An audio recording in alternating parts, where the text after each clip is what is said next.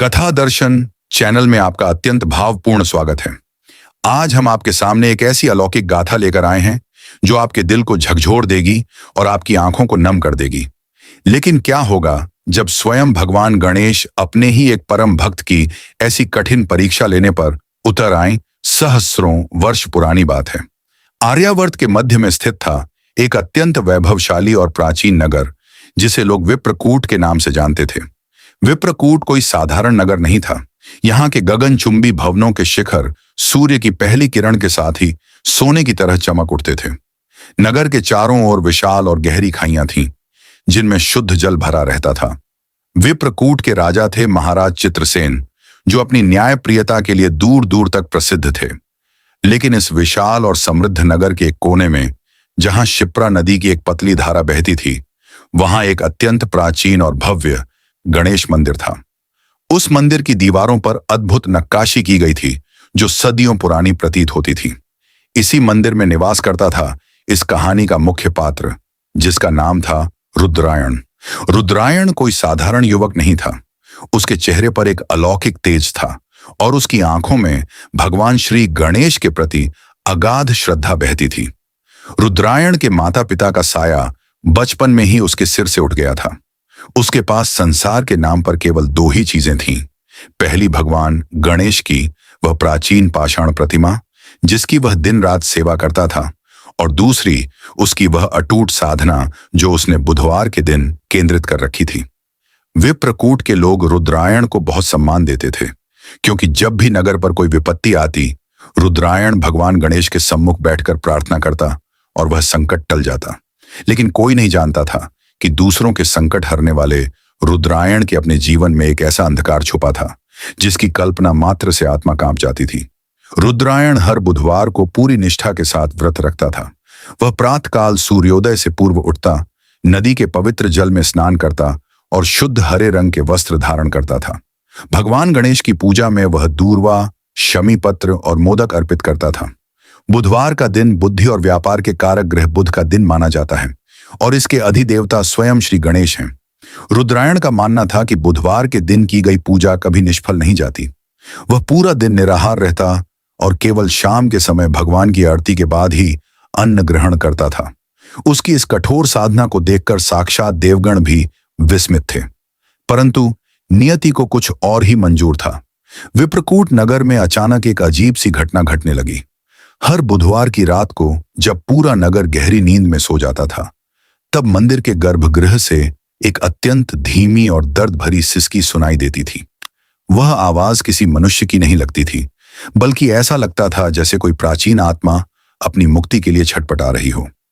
रुद्रायण ने कई बार उस आवाज का पीछा करने का प्रयास किया, लेकिन जैसे ही वह गर्भगृह के भीतर कदम रखता, वह आवाज विलीन हो जाती थी।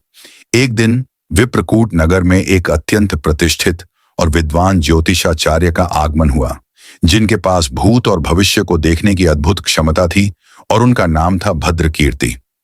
भद्रकीर्ति राजा चित्रसेन के मुख्य सलाहकार भी रह चुके थे।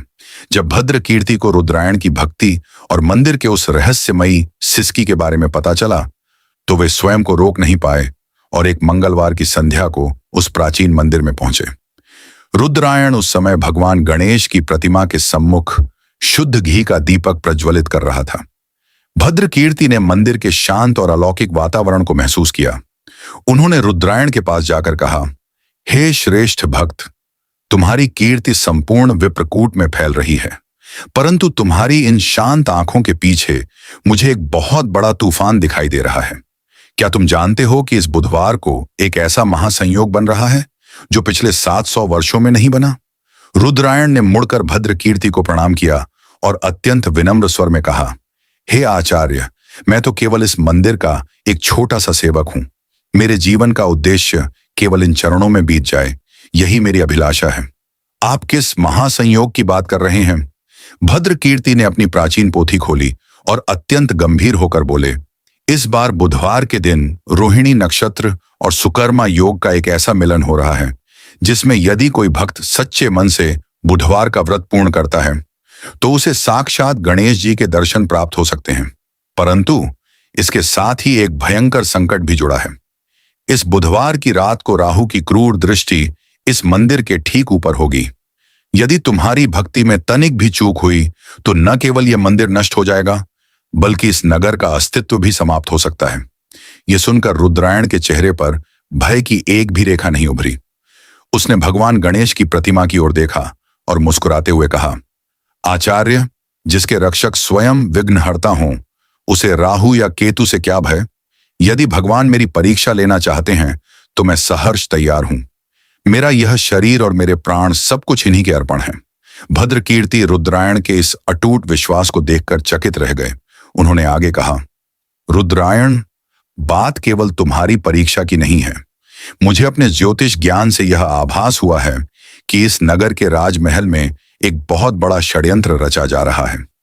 राजा चित्रसेन की इकलौती पुत्री राजकुमारी चंद्रलेखा एक ऐसी रहस्यमयी बीमारी से पीड़ित हैं जिसका कोई इलाज वैद्यों के पास नहीं है, और इस बीमारी का सीधा संबंध इसी मंदिर और इस आने वाले बुधवार से है। राजकुमारी चंद्रलेखा का नाम सुनते ही रुद्रायण के चेहरे का रंग अचानक बदल गया। उसकी आंखों में एक अजीब सी तड़प और सस्पेंस उभर आया। ऐसा लगा जैसे भद्रकीर्ति ने रुद्रायण के जीवन के उस सबसे गहरे घाव को छू दिया हो जिसे वह दुनिया से छुपा कर रखना चाहता था। भद्रकीर्ति ने रुद्रायण के बदलते हाव भाव को भांप लिया। उन्होंने तीखी नजरों से देखते हुए पूछा, क्या बात है रुद्रायण? राजकुमारी का नाम सुनते ही तुम विचलित क्यों हो गए? क्या कोई ऐसा रहस्य है जो तुम मुझसे या इस संसार से छुपा रहे हो? रुद्रायण ने अपनी आंखें बंद कर लीं और गहरी सांस लेते हुए कहा, आचार्य, कुछ बातें ऐसी होती हैं जिन्हें केवल समय ही प्रकट कर सकता है। मैं बस इतना जानता हूं कि आने वाला बुधवार मेरे जीवन का सबसे बड़ा और अंतिम दिन हो सकता है। उसी रात विप्रकूट के राजमहल में एक भयंकर हलचल हुई। राजकुमारी चंद्रलेखा के कक्ष से अचानक चीखने की आवाजें आने लगीं। जब राजा चित्रसेन वहां पहुंचे तो उन्होंने देखा कि राजकुमारी के शरीर के चारों ओर एक अजीब सा हरा प्रकाश निकल रहा था और वे बेहोशी की हालत में किसी अज्ञात भाषा में कुछ बुदबुदा रही थीं। राजवैद्य असहाय खड़े थे। तभी वहां एक तांत्रिक का प्रवेश हुआ जिसने राजा से कहा, महाराज, राजकुमारी पर किसी इंसानी बीमारी का असर नहीं है। यह तो एक प्राचीन श्राप है जिसका सीधा संबंध उस गणेश मंदिर के पुजारी रुद्रायण से है। यह सुनते ही राजा चित्रसेन के क्रोध की सीमा न रही। उन्होंने तुरंत अपने सैनिकों को आदेश दिया कि अगले ही पल रुद्रायण को बंदी बनाकर दरबार में पेश किया जाए। रात के तीसरे प्रहर में जब चारों तरफ सन्नाटा था, सैनिकों ने मंदिर को घेर लिया। रुद्रायण उस समय भगवान गणेश के चरणों में सिर रखकर सो रहा था। सैनिकों ने उसे बेरहमी से जगाया और जंजीरों में जकड़ लिया। रुद्रायण ने कोई विरोध नहीं किया। उसने केवल एक बार भगवान गणेश की प्रतिमा की ओर देखा और मन ही मन कहा, हे प्रभु, आपकी लीला आप ही जाने। जब रुद्रायण को राजा के सामने दरबार में लाया गया तो राजा चित्रसेन ने गरजते हुए कहा, रुद्रायण, तुम पर आरोप है कि तुमने अपनी तंत्र विद्या से हमारी पुत्री चंद्रलेखा के प्राण संकट में डाले हैं। यदि तुम अपनी जान बचाना चाहते हो तो तुरंत इस श्राप को वापस लो, अन्यथा कल सूर्योदय होते ही तुम्हें मृत्युदंड दे दिया जाएगा। दरबार में सन्नाटा पसर गया। सभी की निगाहें रुद्रायण पर टिकी थीं। भद्रकीर्ति भी वहां मौजूद थे और वे उत्सुकता से देख रहे थे कि अब क्या मोड़ आने वाला है। रुद्रायण ने अपना सिर उठाया। उसकी आंखों में आंसू थे लेकिन चेहरा शांत था। उसने राजा की ओर देखा और कहा, महाराज, मैं कोई तांत्रिक नहीं हूं, मैं केवल एक भक्त हूं। राजकुमारी चंद्रलेखा के संकट का कारण मैं नहीं, बल्कि वह वचन है जो पूर्व जन्म में हम दोनों ने एक दूसरे को दिया था, और उस वचन की पूर्णता का समय आ गया है। कल बुधवार है, मेरा व्रत का दिन है। यदि आप मुझे कल के दिन की मोहलत दें तो मैं भगवान गणेश के आशीर्वाद से राजकुमारी को पूरी तरह ठीक कर सकता हूं, और यदि मैं असफल रहा तो आप मुझे कोई भी दंड दे सकते हैं। राजा चित्रसेन दुविधा में पड़ गए। एक तरफ उनकी पुत्री के प्राणों का सवाल था और दूसरी तरफ रुद्रायण का यह अजीब दावा। तभी तांत्रिक ने राजा के कान में फुसफुसाया, महाराज, इसे अनुमति मत दीजिए। यह कल बुधवार के दिन अपनी शक्तियों को और बढ़ाने के लिए समय मांग रहा है। परंतु भद्रकीर्ति ने बीच में हस्तक्षेप करते हुए कहा, महाराज, रुद्रायण को एक की ओर बढ़े। जैसे ही राजा ने तलवार हवा में उठाई, अचानक आसमान में काले बादल छा गए। दिन के उजाले में घोर अंधकार छा गया। बिजली कड़कने लगी और धरती हिलने लगी। मंदिर के विशाल घंटे अपने आप बजने लगे। सभी लोग डर के मारे पीछे हट गए। तभी भगवान गणेश की उस प्राचीन पाषाण प्रतिमा के भीतर से एक भयंकर गर्जना हुई। वह आवाज इतनी शक्तिशाली थी कि तांत्रिक के मुंह से खून निकल आया और वह वहीं गिर पड़ा। रुद्रायण ने अपनी आंखें खोली। उसकी आंखों से साक्षात अंगारे बरस रहे थे। उसने राजा की ओर देखा और कहा, महाराज ठहरिए, परीक्षा का अंतिम क्षण आ गया है। देखिए गर्भगृह के पीछे क्या छुपा है।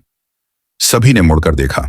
मंदिर की पिछली दीवार पर एक गुप्त द्वार अपने आप खुल गया था, जिसके भीतर से एक ऐसा रहस्य बाहर आने वाला था जिसने विप्रकूट के राजा और वहां उपस्थित हर व्यक्ति के होश उड़ा दिए। गुप्त कक्ष के पूरी तरह खुलते ही उस प्राचीन मंदिर के भीतर एक ऐसा अलौकिक और तीव्र श्वेत प्रकाश फैल गया जिसने वहां उपस्थित हर व्यक्ति की आंखों को चौंधिया दिया। राजा चित्रसेन, आचार्य भद्रकीर्ति और सभी सैनिक भय और विस्मय से अपने कदम पीछे खींचने लगे। जब उस दिव्य प्रकाश की तीव्रता कुछ कम हुई तो सभी ने देखा कि उस गुप्त कक्ष के ठीक मध्य में एक अत्यंत सुंदर स्फटिक की शिला रखी थी। उस शिला पर कोई अत्यंत प्राचीन लिपि अंकित थी और उसके ठीक ऊपर एक स्वर्णिम मंजूषा रखी हुई थी। सबसे हैरान करने वाली बात यह थी कि उस मंजूषा से वही रहस्यमयी हरी किरणें निकल रही थीं, जैसी किरणें इस समय राजमहल में बेहोश पड़ी राजकुमारी चंद्रलेखा के शरीर से उत्सर्जित हो रही थीं। राजा चित्रसेन ने अपनी तलवार नीचे कर ली। उनके चेहरे का क्रोध अब गहरे असमंजस और कौतूहल में बदल चुका था। उन्होंने कांपते स्वर में रुद्रायण से पूछा, रुद्रायण, ये सब क्या है? ये गुप्त कक्ष, यह अलौकिक प्रकाश और यह मंजूषा, इसका मेरी पुत्री चंद्रलेखा से क्या संबंध है? मुझे साफ साफ बताओ, अन्यथा मेरे धैर्य का बांध टूट जाएगा। रुद्रायण ने अपनी आंखें बंद की, भगवान श्री गणेश का स्मरण किया और फिर राजा की ओर देखकर गंभीर वाणी में बोलना शुरू किया। महाराज, जिसे आप अपनी पुत्री समझ रहे हैं वह इस जन्म में तो आपकी संतान है, परंतु पूर्व जन्म में वह आर्यावर्त के एक महान राज्य की राजकुमारी थीं, जिनका नाम रत्नावती था, और मैं उस राज्य के प्रधान ज्योतिषी और गणेश मंदिर का एक साधारण साधक था। हम दोनों के जीवन का एक ऐसा इतिहास है जो आज से ठीक 100 वर्ष पूर्व इसी बुधवार के दिन एक श्राप के कारण रुक गया था। दरबार के सभी लोग और पहरेदार स्तब्ध होकर रुद्रायण की बातें सुन रहे थे। आचार्य भद्रकीर्ति ने अपनी पोथी को समेटा और आगे बढ़कर कहा, रुद्रायण, तुम जो कह रहे हो क्या उसका कोई प्रमाण है? पूर्व जन्म की बातें इतनी आसानी से स्वीकार नहीं की जा सकती। रुद्रायण ने उस स्वर्णिम मंजूषा की ओर इशारा करते हुए कहा, आचार्य, प्रमाण उस मंजूषा के भीतर है, लेकिन उसे खोलने का अधिकार केवल उसे ही है जिसने बुधवार के व्रत का पूर्ण पालन किया हो और जिसके मन में भगवान गणेश के प्रति निष्कपट भाव हो। महाराज, यदि आपकी आज्ञा हो तो मैं अपनी कथा को विस्तार से कहूं, क्योंकि इसी कथा में राजकुमारी के ठीक होने का उपाय भी छुपा है। राजा चित्रसेन ने भारी मन से सिर हिलाया और कहा, कहो रुद्रायण, हम तुम्हारी हर बात सुनने को तैयार हैं, बशर्ते मेरी पुत्री के प्राण बच जाएं। रुद्रायण ने कहना शुरू किया, महाराज, आज से 100 वर्ष पूर्व इस विप्रकूट नगर के स्थान पर कनकपुर नाम का एक अत्यंत समृद्ध राज्य हुआ करता था। वहां के राजा थे महाराज वीरबाहु। राजकुमारी रत्नावती उनकी इकलौती और अत्यंत लाडली पुत्री थीं। रत्नावती बचपन से ही परम बुद्धिमान और कला प्रेमी थीं, परंतु उनके जीवन में एक दोष था। उनका जन्म बुध ग्रह के अत्यंत दूषित प्रभाव में हुआ था, जिसके कारण उनकी बुद्धि कभी कभी अत्यंत भ्रमित हो जाती थी और वे अहंकार व क्रोध के वश में आकर अनुचित निर्णय ले लेती थीं। राजा वीरबाहु ने अपनी पुत्री के इस दोष को दूर करने के लिए कनकपुर के सबसे बड़े गणेश मंदिर के मुख्य पुजारी, जो कि मेरे पूर्वज और गुरु थे, उनसे परामर्श लिया। मेरे गुरुदेव ने राजा को उपाय बताया कि यदि राजकुमारी रत्नावती लगातार 7 वर्षों तक हर बुधवार को भगवान श्री गणेश का पूर्ण विधि विधान से व्रत रखें, दूर्वा और मोदक का भोग लगाएं और एयुएम गम गणपतये नमः का जाप करें, तो बुध ग्रह का अशुभ प्रभाव समाप्त हो जाएगा और उनकी बुद्धि निर्मल हो जाएगी। राजा वीरबाहु के आदेश पर राजकुमारी ने व्रत रखना प्रारंभ किया। 6 वर्ष और 11 महीने बीत गए। राजकुमारी का स्वभाव पूरी तरह बदल चुका था। वे अत्यंत दयालु, शांत और ईश्वर भक्त हो चुकी थीं। उनका अंतिम बुधवार का व्रत आने वाला था, जिसके पूर्ण होते ही उनका यह अनुष्ठान सिद्ध हो जाता। रुद्रायण की आवाज में अचानक एक उदासी छा गई। उसने मंदिर की दीवार पर बने भगवान गणेश के भित्तिचित्र की ओर देखा और आगे कहा, परंतु महाराज, नियति को कुछ और ही स्वीकार था। उस अंतिम बुधवार से ठीक एक दिन पहले कनकपुर में एक कपटी और दुष्ट तांत्रिक का आगमन हुआ, जिसका नाम था काल भैरवानंद। वह तांत्रिक भगवान गणेश की उस सिद्ध प्रतिमा को चुराकर उसकी शक्तियों को अपने वश में करना चाहता था, ताकि वह अमर हो सके।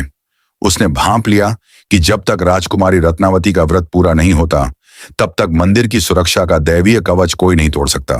काल भैरवानंद ने एक भयंकर षड्यंत्र रचा। उसने अपनी माया से राजा वीरबाहु को भ्रमित कर दिया और राजकुमारी रत्नावती के मन में यह संदेह पैदा कर दिया कि जो पुजारी यानी पूर्व जन्म में मैं उन्हें व्रत करा रहा है, वह वास्तव में राजा का तख्ता पलट करना चाहता है। बुधवार की उस अभागी सुबह जब राजकुमारी व्रत का संकल्प लेने मंदिर आईं, तो उनकी बुद्धि पर उस तांत्रिक के अभिचार कर्म का असर हो चुका था। उन्होंने भगवान गणेश के सम्मुख खड़े होकर संकल्प लेने से मना कर दिया और गुस्से में आकर पूजा की थाली को जमीन पर फेंक दिया। इतना ही नहीं, उन्होंने क्रोध में आकर भगवान गणेश की प्रतिमा की ओर उंगली उठाकर कह दिया कि यदि ये देवता सच्चे हैं तो मुझे इसी क्षण नष्ट कर दें। मैं इस पाषाण की पूजा नहीं करूंगी। यह सुनते ही मंदिर में उपस्थित सभी लोगों के मुंह से एक ठंडी आह निकल गई। भगवान गणेश का ऐसा अपमान सुनकर राजा चित्रसेन का शरीर भी कांप उठा।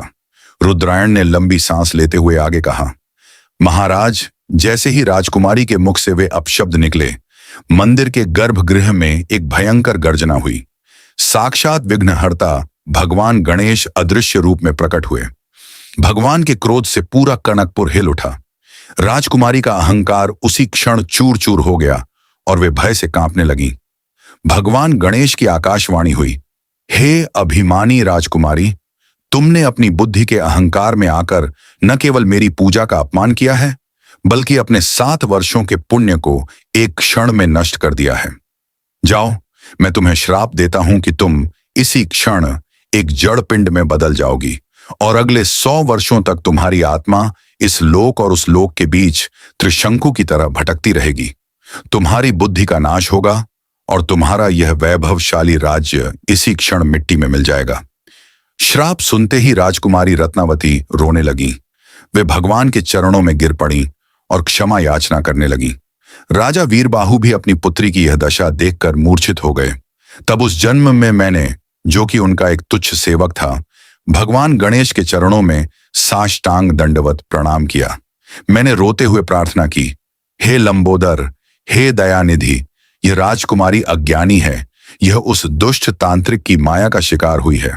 कृपया इसके अपराध को क्षमा करें और इसके उद्धार का कोई मार्ग बताएं। यदि आप चाहें तो इसके हिस्से का दंड मुझे दे दें, परंतु इस पर कृपा करें। रुद्रायण की आंखों से आंसू बहने लगे। वह उस दृश्य को जैसे अपनी आंखों के सामने दोबारा देख रहा था। उसने कहा, एक सच्चे भक्त की व्याकुल पुकार सुनकर भगवान गणेश का हृदय पिघल गया। उनकी क्रोध अग्नि शांत हुई। उन्होंने मुझसे कहा, हे रुद्रायण, तुम्हारी निश्चल भक्ति और त्याग भावना से मैं प्रसन्न हूं। मेरा श्राप पूरी तरह वापस नहीं हो सकता, परंतु तुम्हारी प्रार्थना के कारण मैं इसमें एक संशोधन करता हूं। कनकपुर नगर तो नष्ट हो जाएगा, लेकिन 100 वर्ष बाद इसी भूमि पर एक नया नगर बसेगा, जिसका नाम विप्रकूट होगा। ये राजकुमारी उस नगर के राजा के घर दोबारा जन्म लेगी, लेकिन पूर्व जन्म के श्राप का कुछ अंश उसके साथ रहेगा।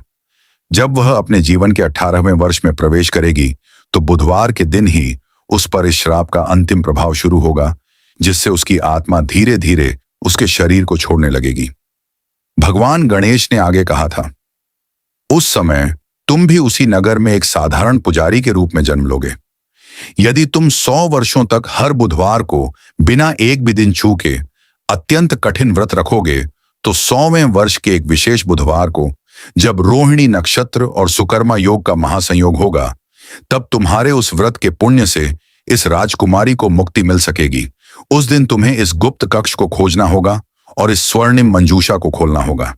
यदि तुम ऐसा करने में सफल रहे तो राजकुमारी के प्राण बच जाएंगे, अन्यथा वह हमेशा के लिए काल के गाल में समा जाएगी और यह नगर भी नष्ट हो जाएगा। रुद्रायण ने अपनी कथा समाप्त की और राजा चित्रसेन की ओर देखा। राजा चित्रसेन के पैरों तले जमीन खिसक चुकी थी। उन्हें अब समझ आया कि उनकी पुत्री चंद्रलेखा क्यों हर बुधवार को बीमार हो जाती थी और क्यों इस 18वें वर्ष में उसकी हालत इतनी गंभीर हो गई थी। आचार्य भद्र कीर्ति ने उस स्वर्णिम मंजूषा को देखा और कहा, तो इसका अर्थ यह है रुद्रायण कि आज वही विशेष बुधवार है। आज ही वह महासंयोग है जिसका उल्लेख तुम्हारे पूर्व जन्म के इतिहास में है। लेकिन इस मंजूषा को खोलने की विधि क्या है और वह तांत्रिक काल भैरवानंद अब कहाँ है? रुद्रायण का चेहरा अचानक गंभीर हो गया। उसने मंदिर के बाहर घने अंधकार की ओर देखा, जहां बिजली कड़क रही थी। उसने कहा, आचार्य, वह तांत्रिक मरे बिना अपनी आसुरी विद्या से जीवित रहा। उसने अपनी आत्मा को एक नए शरीर में स्थानांतरित कर लिया था और वह कोई और नहीं बल्कि वही तांत्रिक है जो अभी कुछ देर पहले महाराज के साथ यहां आया था और जो भगवान की गर्जना से मूर्छित होकर बाहर गिरा है। वह केवल नाटक कर रहा था। वह इस समय भी इसी मंदिर के आसपास है और सही अवसर की प्रतीक्षा कर रहा है कि कैसे इस मंजूषा को हथिया लिया जाए। जैसे ही रुद्रायण ने यह वाक्य पूरा किया, मंदिर के मुख्य द्वार पर एक भयानक अट्टहास गूंज उठा। सभी ने मुड़कर देखा। वह तांत्रिक जो बाहर मूर्छित पड़ा था, अब हवा में तैरता हुआ मंदिर के भीतर आ रहा था।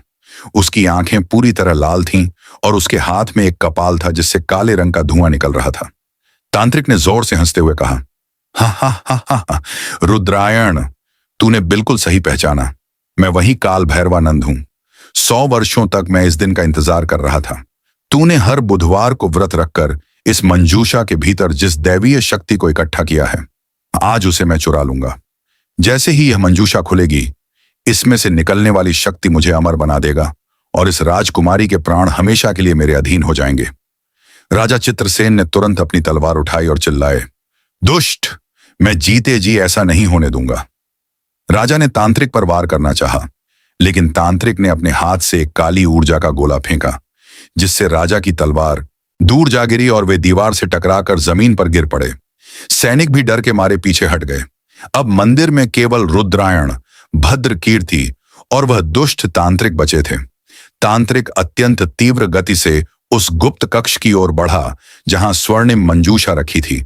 उसने चिल्लाकर कहा, अब मुझे कोई नहीं रोक सकता, भगवान गणेश भी नहीं। रुद्रायण जंजीरों में बंधा होने के बावजूद मुस्कुराया। उसने कहा, काल भैरवानंद, तू भगवान गणेश की शक्ति को भूल रहा है। बुधवार के व्रत का पुण्य क्या होता है, यह तुझे अभी पता चलेगा। जैसे ही तांत्रिक ने मंजूषा को छूने के लिए अपना हाथ आगे बढ़ाया, मंजूषा के चारों ओर से हरे रंग की अग्नि की लपटें उठने लगीं। तांत्रिक का हाथ जलने लगा और वह दर्द से चीख उठा, लेकिन उसने हार नहीं मानी। उसने अपनी तंत्र विद्या का उपयोग करके एक भयंकर मंत्र पढ़ना शुरू किया, जिससे पूरा मंदिर कांपने लगा और भगवान गणेश की पाषाण प्रतिमा में दरारें पड़ने लगीं। यदि प्रतिमा टूट जाती तो सब कुछ समाप्त हो जाता।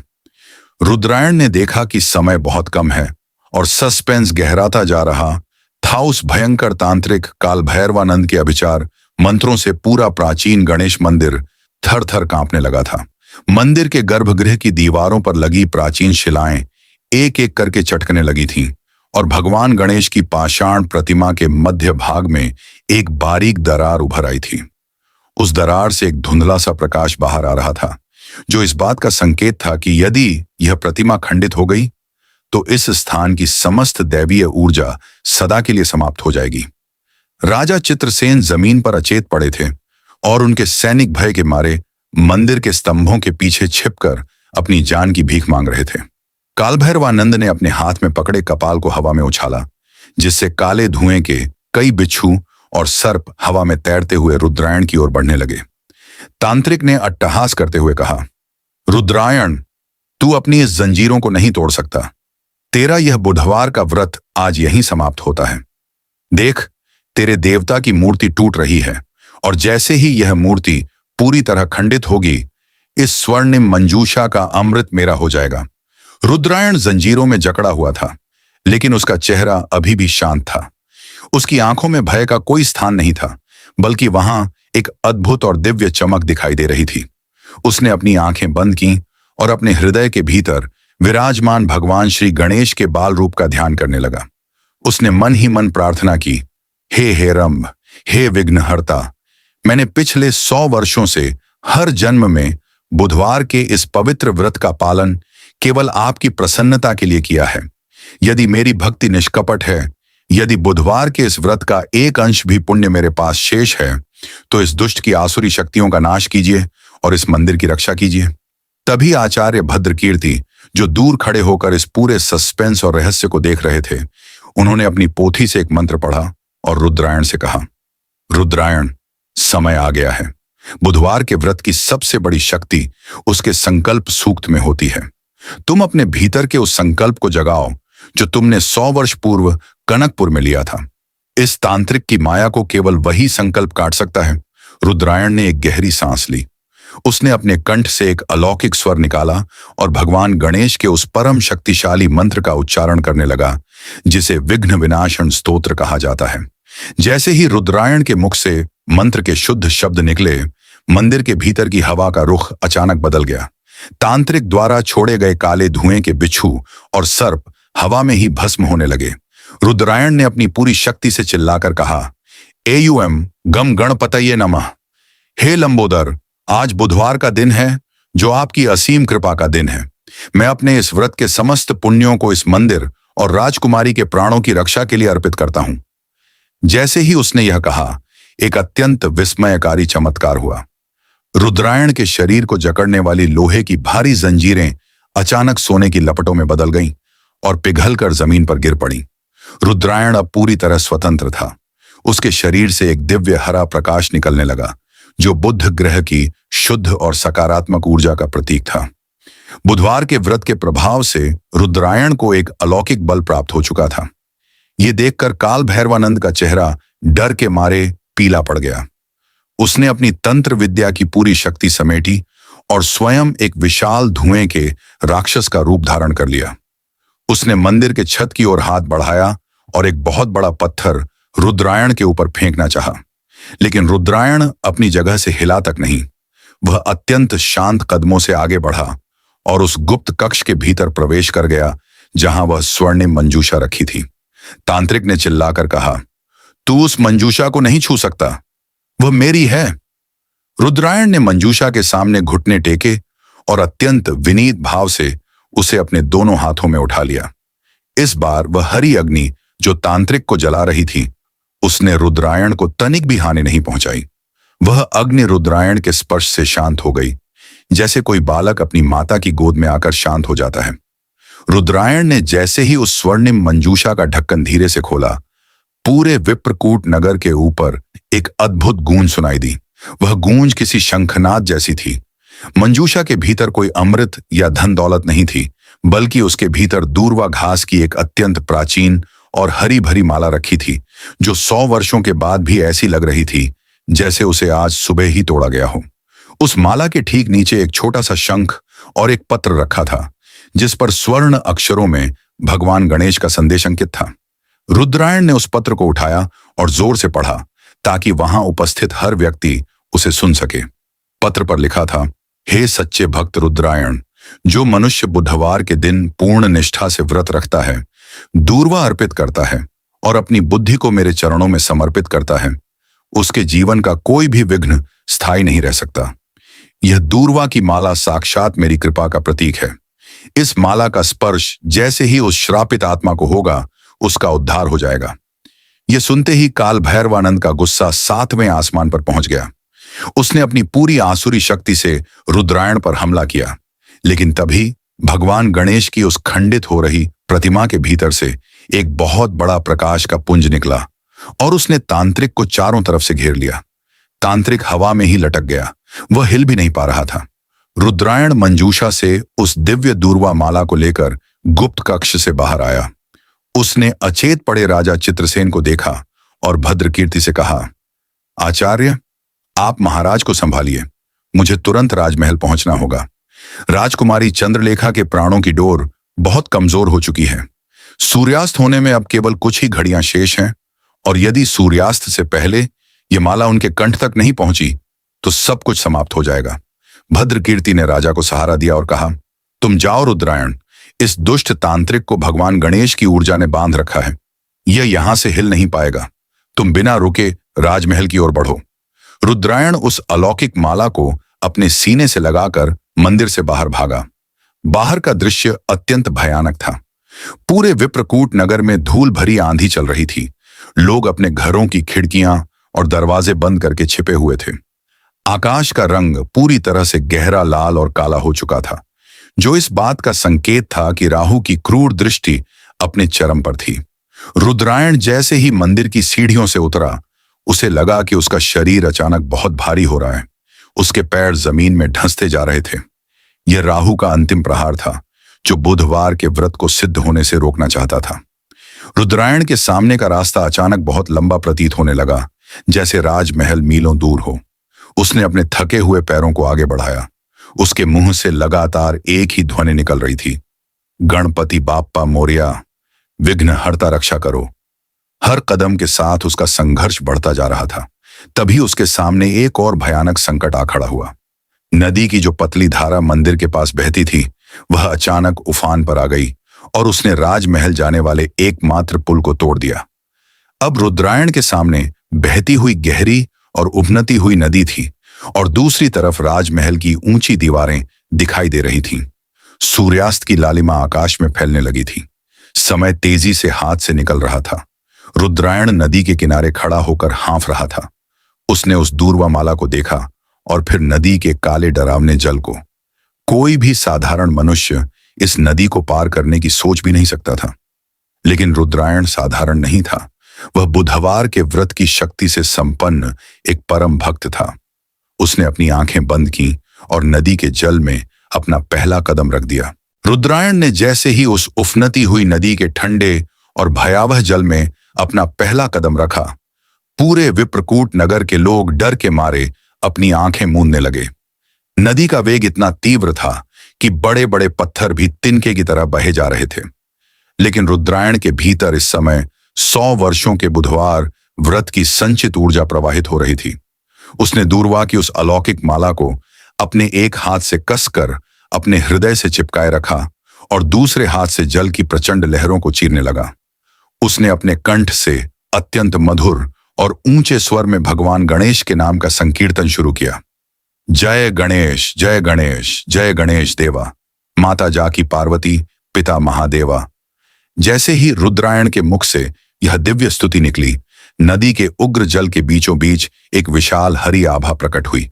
देखते ही देखते जल के भीतर से एक अत्यंत विशाल और अलौकिक कछुआ ऊपर आया, जिसकी पीठ किसी बड़े पत्थर की तरह मजबूत और चौड़ी थी। रुद्रायण ने तुरंत पहचान लिया कि यह कोई साधारण जीव नहीं, बल्कि संकटों से उबारने वाले विघ्नहर्ता श्री गणेश की भेजी हुई दैवीय सहायता है। रुद्रायण अत्यंत आदरपूर्वक उस कछुए की पीठ पर चढ़ गया और वह जीव अत्यंत तीव्र गति से नदी की भयंकर लहरों को पार करता हुआ दूसरी ओर बढ़ने लगा। राहु की काली शक्तियां हवा में चीख रही थीं। बिजली बार बार उस पर गिरना चाहती थी, लेकिन बुधवार के व्रत की शक्ति के कारण एक अदृश्य सुरक्षा कवच रुद्रायण के चारों ओर बना रहा। कुछ ही क्षणों में उस दिव्य जीव ने रुद्रायण को नदी के दूसरे छोर पर राजमहल की निचली प्राचीर के पास सुरक्षित पहुंचा दिया। अब रुद्रायण राजमहल की सीमाओं के भीतर था, लेकिन चुनौती अभी समाप्त नहीं हुई थी। सूर्यास्त की अंतिम किरणें राजमहल के कंगूरों को छू रही थीं। रुद्रायण बिना एक क्षण गंवाए राजमहल के मुख्य द्वारों की ओर दौड़ा, परंतु वहां राजा चित्रसेन के वे सैनिक तैनात थे जो तांत्रिक के बहकावे में आ चुके थे। उनके हाथों में नंगी तलवारें थीं और उनके चेहरे पर एक अजीब सा सम्मोहन था। यह उस दुष्ट तांत्रिक काल भैरवानंद का अंतिम मायावी चक्रव्यूह था। जैसे ही सैनिकों ने रुद्रायण को आते देखा, उनके सेनापति ने चिल्लाकर कहा, रुको, यही वह पाखंडी पुजारी है जिसने राजकुमारी पर अभिचार कर्म किया है। सैनिकों, आक्रमण करो। दर्जनों सैनिक एक साथ अपनी तलवारें तानकर रुद्रायण की ओर लपके। रुद्रायण उन निर्दोष सैनिकों पर प्रहार नहीं करना चाहता था। उसने अपनी आंखें बंद की और बुध ग्रह के स्वामी भगवान गणेश से बुद्धि और विवेक की प्रार्थना की।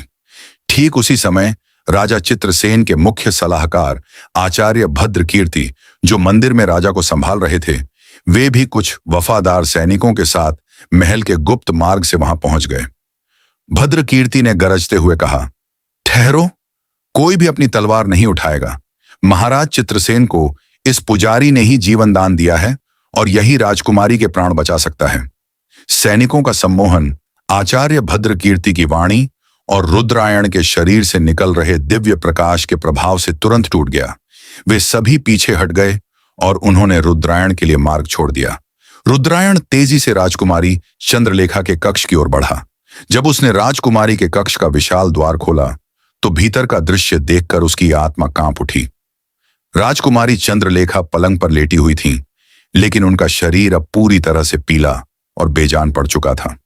उनके मुख और नासिका से वही हरा प्रकाश अत्यंत मंद गति से बाहर निकल रहा था, जो इस बात का संकेत था कि उनकी आत्मा अब शरीर को पूरी तरह त्यागने के अंतिम चरण में थी। रुद्रायण ने अपनी जेब से उस स्वर्णिम मंजूषा से निकाली गई दिव्य दूर्वा माला को अपने हाथ में लिया। राजवैद्य ने रोते हुए कहा, पुजारी जी, बहुत देर हो चुकी है, राजकुमारी की सांसें रुक चुकी हैं। रुद्रायण ने अत्यंत दृढ़ता से कहा, वैद्यराज, जहां संसार की औषधियां काम करना बंद कर देती हैं, वहां से भगवान गणेश का चमत्कार शुरू होता है। आज बुधवार है और मेरा व्रत अभी पूरा नहीं हुआ है। रुद्रायण राजकुमारी के पलंग के पास पहुंचा। उसने भगवान गणेश का स्मरण करते हुए वह अलौकिक दूर्वा माला राजकुमारी के कंठ में पहना दी। जैसे ही वह माला राजकुमारी के गले से छुई, पूरे कक्ष में दूर्वा और चंदन की एक अत्यंत मनमोहक सुगंध फैल गई। वह काली परछाई जो तांत्रिक का रूप धारण किए हुए थी, एक भयंकर विस्फोट के साथ पूरी तरह नष्ट हो गई। मंदिर में फंसा हुआ असली तांत्रिक काल भैरवानंद भी उसी क्षण अपने प्राणों से हाथ धो बैठा और उसकी आसुरी आत्मा सदा के लिए अंधकार में विलीन हो गई। राजकुमारी चंद्रलेखा के मुख से निकल रहा वह धुंधला हरा प्रकाश अचानक रुक गया। उनके बेजान पड़े शरीर में एक बार फिर से जीवन का संचार होने लगा और उनकी थमी हुई सांसें धीरे धीरे और सामान्य रूप से चलने लगी। राजकुमारी चंद्रलेखा ने एक गहरी सांस ली और अपनी आंखें खोल दी। पूर्व जन्म की सारी स्मृतियां, कनकपुर की कथा, उनका अहंकार और भगवान गणेश का वह श्राप, सब कुछ उनकी आंखों के सामने घूम गया। राजकुमारी की आंखों से अविरल आंसू होने लगे। वे तुरंत पलंग से उतरीं और रुद्रायण के सामने हाथ जोड़कर खड़ी हो गईं। उन्होंने अत्यंत कांपते स्वर में कहा, रुद्रायण, मुझे क्षमा कर दो। पूर्व जन्म में मैंने जो अपराध किया था, उसकी सजा तुम पिछले 100 वर्षों से भुगत रहे हो। तुमने हर बुधवार को व्रत रखकर मेरी आत्मा को बचाया है। रुद्रायण ने अत्यंत विनम्रता से राजकुमारी को प्रणाम किया और कहा, राजकुमारी, यह सब मेरा कोई चमत्कार नहीं है। यह तो केवल हमारे करुणामयी भगवान श्री गणेश जी की कृपा है। बुधवार का यह व्रत कितना कल्याणकारी है, आज पूरे संसार ने देख लिया। उसी समय राजा चित्रसेन और आचार्य भद्रकीर्ति भी कक्ष में प्रवेश कर चुके थे। अपनी पुत्री को पूरी तरह स्वस्थ देखकर राजा के आनंद का ठिकाना न रहा। राजा चित्रसेन ने हाथ जोड़कर कहा, हे श्रेष्ठ गणेश भक्त, मैंने अज्ञानतावश तुम पर संदेह किया, तुम्हें जंजीरों में जकड़ा। मुझे क्षमा कर दो। आज तुमने न केवल मेरी पुत्री के प्राण बचाए हैं, बल्कि इस पूरे विप्रकूट नगर को बचा लिया है। आचार्य भद्रकीर्ति ने आगे बढ़कर कहा, महाराज, आज का यह बुधवार इतिहास के पन्नों में स्वर्ण अक्षरों से लिखा जाएगा। रुद्रायण की भक्ति और बुधवार व्रत के इस महात्म्य को आने वाली पीढ़ियां युगों युगों तक याद र सूर्यास्त के पश्चात विप्रकूट नगर की छटा देखने योग्य थी। जो नगर कुछ क्षण पहले तक साक्षात यमराज की नगरी की भांति भयावह और अंधकारमय प्रतीत हो रहा था, वह अब दीपकों की अविरल कतारों से जगमगा उठा था। राजा चित्रसेन के आदेश पर पूरे नगर में ढोल नगाड़े बजाकर यह घोषणा कर दी गई थी कि राजकुमारी चंद्रलेखा अब पूर्णतः स्वस्थ हैं और विप्रकूट पर आया महासंकट टल चुका है। प्रजा के मन का भय अब असीम हर्ष और उल्लास में बदल गया था। हर कोई उस चमत्कारी बुधवार व्रत की महिमा और रुद्रायण की निश्चल भक्ति के गुणगान कर रहा था। राजकुमारी चंद्रलेखा के कक्ष में इस समय एक अलौकिक और शांत वातावरण था। राजकुमारी, महाराज चित्रसेन और आचार्य भद्रकीर्ति अत्यंत आदरपूर्वक रुद्रायण के सम्मुख बैठे थे। रुद्रायण के चेहरे पर 100 वर्ष की लंबी प्रतीक्षा के सफल होने का एक संतोष था, परंतु अहंकार का लेश मात्र भी नहीं था। उसने दूर्वा की उस माला को, जिसने राजकुमारी को नया जीवन दिया था, अत्यंत सम्मान के साथ वापस उसी स्वर्णिम मंजूषा में रख दिया। महाराज चित्रसेन ने अपने दोनों हाथ जोड़कर रुद्रायण से कहा, हे परम वैष्णव, हे गणेश भक्त रुद्रायण, आपने हमारी पुत्री को नया जन्म देकर इस विप्रकूट साम्राज्य पर जो उपकार किया है, उसे हम कभी नहीं भूल सकते। परंतु मेरे मन में एक बहुत बड़ी जिज्ञासा है। आपने बताया कि इस मंजूषा में भगवान गणेश का संदेश और दूर्वा की माला थी, परंतु इस बुधवार व्रत की वास्तविक विधि और इसके पीछे का वह रहस्य क्या है जिसने समय की गति को भी रोक दिया? कृपया हमें इस व्रत के महात्म्य और इसके नियमों के बारे में विस्तार से बताएं, ताकि हमारी आने वाली पीढ़ियां भी इसका लाभ उठा सकें। रुद्रायण ने मुस्कुराते हुए महाराज की ओर देखा और कहा, महाराज, बुधवार का व्रत केवल भूखा रहने का नाम नहीं है। यह तो अपनी बुद्धि, अपने अहंकार और अपने संपूर्ण अस्तित्व को विघ्नहर्ता के चरणों में समर्पित करने की एक आध्यात्मिक यात्रा है। ज्योतिष शास्त्र में बुध ग्रह को बुद्धि, वाणी, व्यापार और चेतना का कारक माना गया है। जब किसी मनुष्य की कुंडली में बुध का प्रभाव दूषित होता है तो उसकी मति भ्रमित हो जाती है। वह अपनों को ही अपना शत्रु समझने लगता है, ठीक वैसे ही जैसे पूर्व जन्म में राजकुमारी रत्नावती के साथ हुआ था। रुद्रायण ने अपनी वाणी को और गंभीर करते हुए आगे कहना शुरू किया, बुधवार व्रत की कथा और महिमा अत्यंत प्राचीन है। जो भी मनुष्य इस व्रत को करने का संकल्प लेता है, उसे कुछ अत्यंत कड़े और पवित्र नियमों का पालन करना होता। देखा, इस व्रत की शुरुआत शुक्ल पक्ष के पहले बुधवार से करनी चाहिए।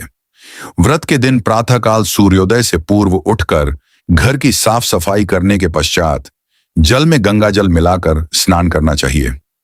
इसके बाद जातक को हरे रंग के स्वच्छ वस्त्र धारण करने चाहिए, क्योंकि हरा रंग बुध ग्रह और प्रकृति की शुद्धता का प्रतीक है। राजकुमारी चंद्रलेखा अत्यंत ध्यानपूर्वक रुद्रायण की एक एक बात सुन रही थी। उन्होंने पूछा, रुद्रायण, पूजा की वास्तविक विधि क्या है? भगवान गणेश को प्रसन्न करने के लिए सबसे प्रिय वस्तुएं क्या हैं?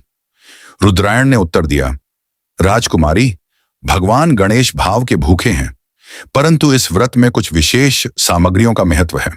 ताम्र या कांसे के पात्र में भगवान गणेश की प्रतिमा को स्थापित कर उन्हें शुद्ध जल और पंचामृत से स्नान कराना चाहिए। इसके बाद उन्हें कल्प वृक्ष का स्वरूप मानी जाने वाली दूर्वा अर्पित करनी चाहिए।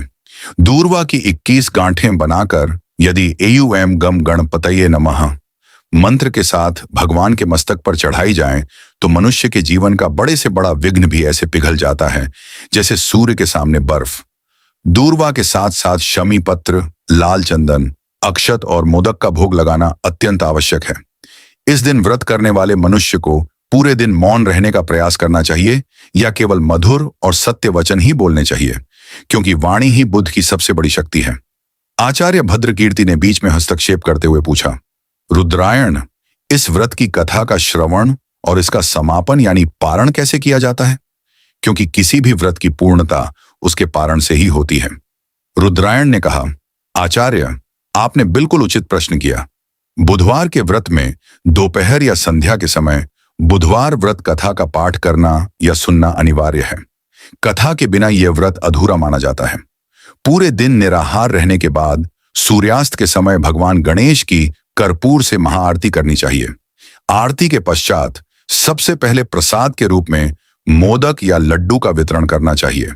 स्वयं व्रत रखने वाले मनुष्य को शाम के भोजन में मूंग की दाल का हलवा, मूंग की उबली हुई दाल या हरे रंग के खाद्य पदार्थों का ही सेवन करना चाहिए। इस भोजन में नमक का प्रयोग सर्वथा वर्जित माना गया है। भोजन करने से पूर्व भोजन का एक हिस्सा गाय को अवश्य खिलाना चाहिए, विशेषकर हरी घास। ऐसा करने से बुध ग्रह का अशुभ प्रभाव पूरी तरह शांत हो जाता है और घर में सुख, समृद्धि और अटूट लक्ष्मी का वास होता है। महाराज चित्रसेन ने गहरी सांस लेते हुए कहा, रुद्रायण, तुम्हारी इस अद्भुत वाणी को सुनकर ऐसा लगता है जैसे स्वयं साक्षात गणपति तुम्हारी जिह्वा पर विराजमान है। परंतु उस प्राचीन मंदिर का क्या होगा जिसकी प्रतिमा में दरार आ गई थी? क्या वह मंदिर अब नष्ट हो जाएगा? यह प्रश्न सुनते ही रुद्रायण का चेहरा एक बार फिर से विचारमग्न हो गया। उसने अपनी आंखें बंद की और उसे उस प्राचीन मंदिर के भीतर का दृश्य याद आया, जहां भगवान की प्रतिमा खंडित होने की कगार पर थी। उसने कहा, महाराज, वह पाषाण प्रतिमा टूटी नहीं है, बल्कि उसने तांत्रिक की उस भयंकर आसुरी ऊर्जा को अपने भीतर सोख लिया है ताकि यह नगर सुरक्षित रह सके। परंतु उस प्रतिमा को पुनः जागृत करने के लिए और उस दरार को भरने के लिए हमें एक अंतिम अनुष्ठान करना होगा। वह अनुष्ठान आज की इस रात के चौथे प्रहर में होगा। तभी राजमहल के बाहर से एक अजीब सी ध्वनि सुनाई दी। वह ध्वनि किसी के रोने की या हवा के चलने की नहीं थी, बल्कि ऐसा लग रहा था जैसे कोई बहुत बड़ा जीव महल की ओर बढ़ रहा हो। महल के पहरेदार अचानक चिल्लाने लगे और चारों तरफ एक नया कौतूहल पैदा हो गया। महाराज चित्रसेन तुरंत अपने स्थान से खड़े हो गए और उन्होंने अपनी तलवार संभाल ली। भद्रकीर्ति ने खिड़की से बाहर झांका तो उनकी आंखें फटी की फटी रह गईं। उन्होंने देखा कि राजमहल के विशाल प्रांगण में एक अत्यंत दिव्य और विशालकाय हाथी आकर खड़ा हो गया था, जिसके मस्तक पर सिंदूर का तिलक लगा था और उसके गले में सोने के घुंघरू बंधे थे। वह हाथी अत्यंत शांत था, परंतु उसके आने से पूरी धरती हिल रही थी। रुद्रायण के चेहरे पर एक मंद मुस्कान आ गई। उसने स्वर्णिम मंजूषा को अपने हाथों में उठाया और कहा, महाराज, भयभीत मत होइए। परीक्षा की घड़ी समाप्त हो चुकी है। अब तो साक्षात विघ्नहर्ता के आगमन का संकेत है। यह अलौकिक गजराज हमें उसी प्राचीन मंदिर की ओर ले जाने आया है, जहां इस कथा का अंतिम और सबसे भावुक चमत्कार होना शेष है। राजकुमारी चंद्रलेखा ने कहा, मैं भी आपके साथ चलूंगी। जिस मंदिर से मेरे जीवन का यह श्राप जुड़ा था, वहीं चलकर मैं अपने हाथों से भगवान गणेश की सेवा करना चाहती हूँ। रुद्रायण, राजकुमारी, महाराज चित्रसेन और आचार्य भद्रकीर्ति उस विशाल प्रांगण में आए। वह दिव्य हाथी रुद्रायण को देखते ही अपने घुटनों पर बैठ गया, जैसे वह उस सच्चे गणेश भक्त को प्रणाम कर रहा हो। रुद्रायण उस मंजूषा के साथ उस हाथी की पीठ पर विराजमान हुआ और उनके पीछे महाराज का रथ चलने लगा। पूरा विप्रकूट नगर इस अद्भुत यात्रा को देखने के लिए सड़कों पर उतर आया था। लोगों के हाथों में मशालें थीं और हवा में केवल गणपति बाप्पा मोरया के जयकारे गूंज रहे थे। जब यह अलौकिक काफिला वापस उसी प्राचीन गणेश मंदिर के सामने पहुंचा, तो वहां का दृश्य पूरी तरह बदल चुका था। मंदिर के चारों ओर जो काली हवाएं चल रही थीं, वे अब गायब हो चुकी थीं। परंतु जैसे ही रुद्रायण ने मंदिर के गर्भगृह के भीतर कदम रखा, उसका हृदय जोर से धड़कने लगा। गर्भगृह के भीतर भगवान गणेश की वह प्राचीन पाषाण प्रतिमा इस समय अत्यंत धुंधली और ठंडी पड़ चुकी थी। वह दरार जो प्रतिमा के मध्य में थी, अब और चौड़ी होती प्रतीत हो रही थी, जिससे ऐसा लग रहा था कि मूर्ति किसी भी क्षण बिखर सकती थी। मंदिर के गर्भगृह का वातावरण इस समय अत्यंत रहस्यमयी, गंभीर और सस्पेंस से भरा हो चुका था। बाहर विप्रकूट की समस्त प्रजा मौन खड़ी थी और भीतर केवल रुद्रायण की सांसों की गति सुनाई दे रही थी। भगवान गणेश की उस प्राचीन पाषाण प्रतिमा के मध्य भाग से अब नीले रंग का एक धीमा और विषैला धुआं निकल रहा था, जो इस बात का स्पष्ट संकेत था कि मृत तांत्रिक काल भैरवानंद की आसुरी ऊर्जा का अंतिम अंश अभी भी उस विग्रह को भीतर से खोखला करने का प्रयास कर रहा था। देखते ही देखते मूर्ति का वह दाहिना हस्त, जो सदियों से भक्तों को आशीर्वाद की मुद्रा में अभय देता था, वह थोड़ा सा नीचे की ओर झुक गया। यह देखकर आचार्य भद्रकीर्ति का चेहरा डर के मारे पीला पड़ गया। उन्होंने घबराते हुए कहा, रुद्रायण, यह तो घोर अनर्थ हो रहा है। यदि यह पवित्र पाषाण प्रतिमा इस रात के चौथे प्रहर के समाप्त होने से पहले पूरी तरह खंडित हो गई, तो विप्रकूट की भूमि हमेशा के लिए बंजर हो जाएगी। इस राज्य का सौभाग्य और रक्षण सदा के लिए समाप्त हो जाएगा। इस पाषाण विग्रह को बचाने का अब क्या उपाय है? समय रेत की तरह हाथ से निकला जा रहा है। रुद्रायण ने उस स्वर्णिम मंजूषा को मंदिर के मुख्य चबूतरे पर रखा। उसने अपनी आंखें बंद की और अपनी चेतना को उस परम सत्ता से जोड़ा जो समस्त ब्रह्मांड के विघ्नों का नाश करने वाली है। उसने अत्यंत गंभीर वाणी में कहा, आचार्य, जब संसार के सारे गणित, सारी विद्याएं और सारे उपाय निष्फल हो जाते हैं, तब केवल एक ही तत्व शेष रहता है। वह है भक्त का संपूर्ण आत्मसमर्पण। पूर्व जन्म में राजकुमारी रत्नावती के घोर अहंकार के कारण यह मूर्ति श्रापित हुई थी और इस जन्म में बुधवार के व्रत के पुण्य से इस मूर्ति का पुनरुत्थान होना है। लेकिन इसके लिए एक अंतिम और सबसे बड़ी आहुति की आवश्यकता है। यह सुनते ही राजकुमारी चंद्रलेखा अत्यंत व्याकुल होकर आगे बढ़ी। उनकी आंखों में ग्लानि, पश्चाताप और अगाध श्रद्धा के मिश्रित आंसू बह रहे थे। उन्होंने तड़पते हुए कहा, रुद्रायण, वह आहुति मेरे प्राणों की होनी चाहिए। मेरे ही पूर्व जन्म के अपराध के कारण तुम 100 वर्षों तक कष्ट भोगते रहे। यदि इस विग्रह की रक्षा के लिए और इस नगर के कल्याण के लिए मुझे अपने प्राण भी त्यागने पड़े, तो मैं सहर्ष तैयार हूं। मुझे बताओ, मुझे इस अग्नि में क्या अर्पित करना होगा? रुद्रायण ने अत्यंत शांत और करुणामयी भाव से सिर हिलाया और कहा, नहीं राजकुमारी, हमारे करुणामयी भगवान गणेश कभी किसी के प्राण नहीं लेते। वे तो संपूर्ण सृष्टि के प्राणदाता हैं। उन्हें आपके भौतिक शरीर की आहुति नहीं, बल्कि आपके भीतर छुपे हुए उस राजसी अहंकार की अंतिम आहुति चाहिए, जिसे आप जाने अनजाने अभी भी अपने पद और वैभव के रूप में अपने साथ रखे हुए हैं। यदि आप सचमुच इस संकट को टालना चाहती हैं, तो आपको इस मंदिर के फर्श पर बिखरी हुई धूल को अपने मस्तक पर लगाना होगा और साक्षात गणपति के सम्मुख यह स्वीकार करना होगा कि इस संसार में बुद्धि, वैभव, सुंदरता और सत्ता सब कुछ केवल उनकी ही इच्छा से संचालित होता है। राजकुमारी चंद्रलेखा ने एक क्षण का भी विलंब नहीं किया। उन्होंने तुरंत अपने मस्तक से उस बहुमूल्य राजसी मुकुट को उतारा और उसे भगवान के चरणों के समीप मिट्टी में रख दिया। वे उसी क्षण उस प्राचीन मंदिर की धूल से सने फर्श पर साष्टांग दंडवत प्रणाम कर गईं। उन्होंने रोते हुए अत्यंत भावुक स्वर में कहा, हे लंबोदर, हे बुद्धि विधाता, हे अनाथों के नाथ, मैं अपने इस जीवन को, अपने इस राजसी रूप और वैभव को आपके चरणों में समर्पित करती हूं। मेरी मति के बचे हुए दोष को शुद्ध करें और इस विप्रकूट नगर की रक्षा करें। जैसे ही राजकुमारी ने यह पूर्ण आत्मसमर्पण किया, रुद्रायण ने स्वर्णिम मंजूषा से उस दिव्य दूर्वा माला को निकाला। उसने उस माला को अपने दोनों हाथों में लिया, भगवान गणेश का ध्यान किया और उसे प्रतिमा के मस्तक पर अर्पित कर दिया। दूर्वा की उस माला का स्पर्श होते ही उस पाषाण विग्रह के भीतर से एक भयंकर कड़वाहट भरी और डरावनी आवाज निकली, जो उस मृत तांत्रिक काल भैरवानंद की आखिरी चीख थी। वह नीला धुआं जो मूर्ति को भीतर से तोड़ रहा था, उस दूर्वा माला की अलौकिक सुगंध से टकराकर हवा में पूरी तरह विलीन हो गया। तभी एक ऐसा विस्मयकारी और भावुक चमत्कार हुआ, जिसे देखकर महाराज चित्रसेन के मुंह से आनंद का जयकारा निकल पड़ा। भगवान गणेश की प्रतिमा में जो गहरी दरारें थीं, वे किसी जादुई शक्ति की भांति अपने आप भरने लगीं। देखते ही देखते वह पाषाण विग्रह शुद्ध सोने की भांति चमक उठा। मूर्ति का जो हाथ नीचे झुक गया था, वह पुनः अत्यंत अलौकिक और विहंसते हुए आशीर्वाद की मुद्रा में स्थिर हो गया।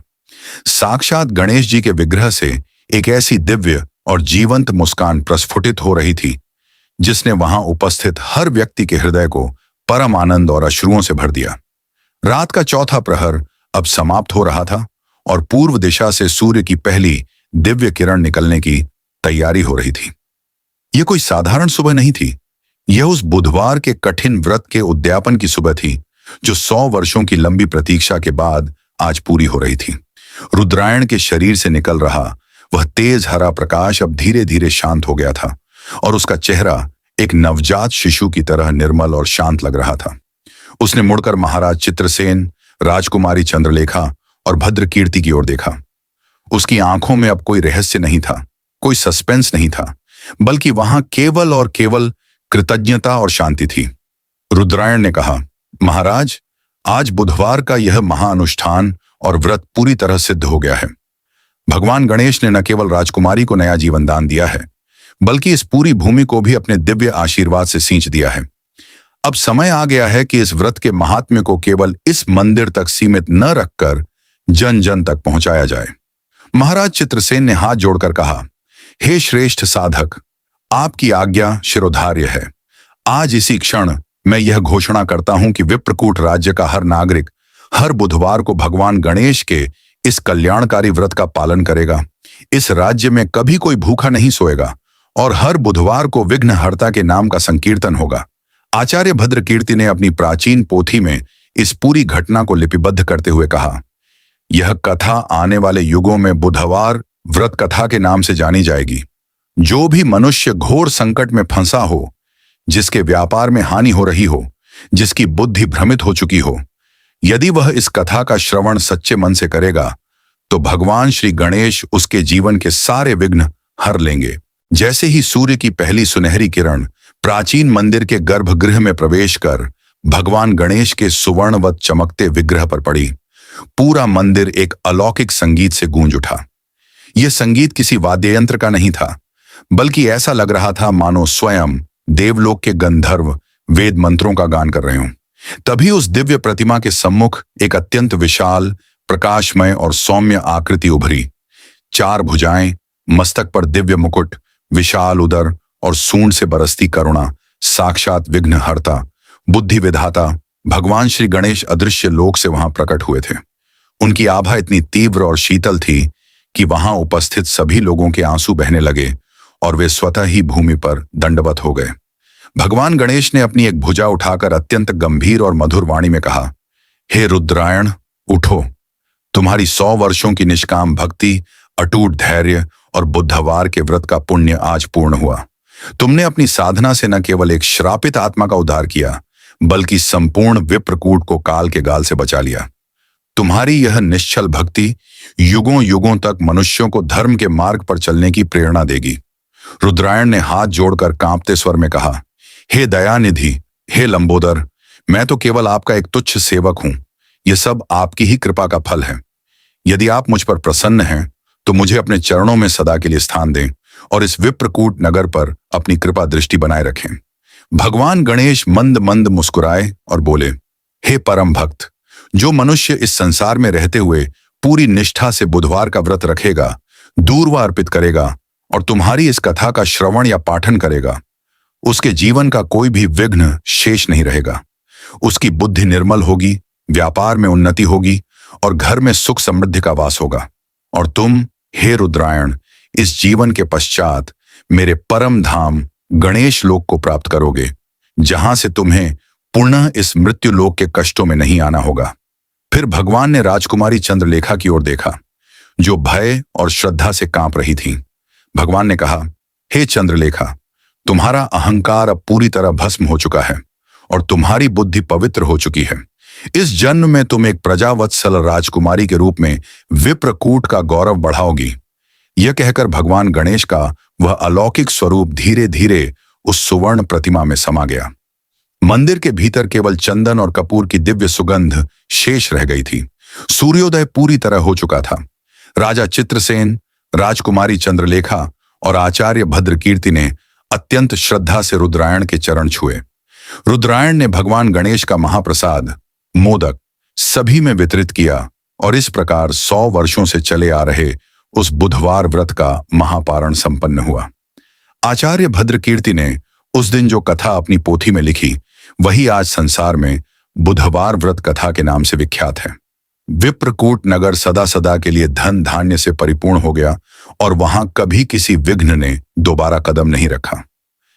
इति बुधवार व्रत महात्म्य कथा संपूर्णम। बोलो गणपति बाप्पा मोरया, मंगल मूर्ति मोरया।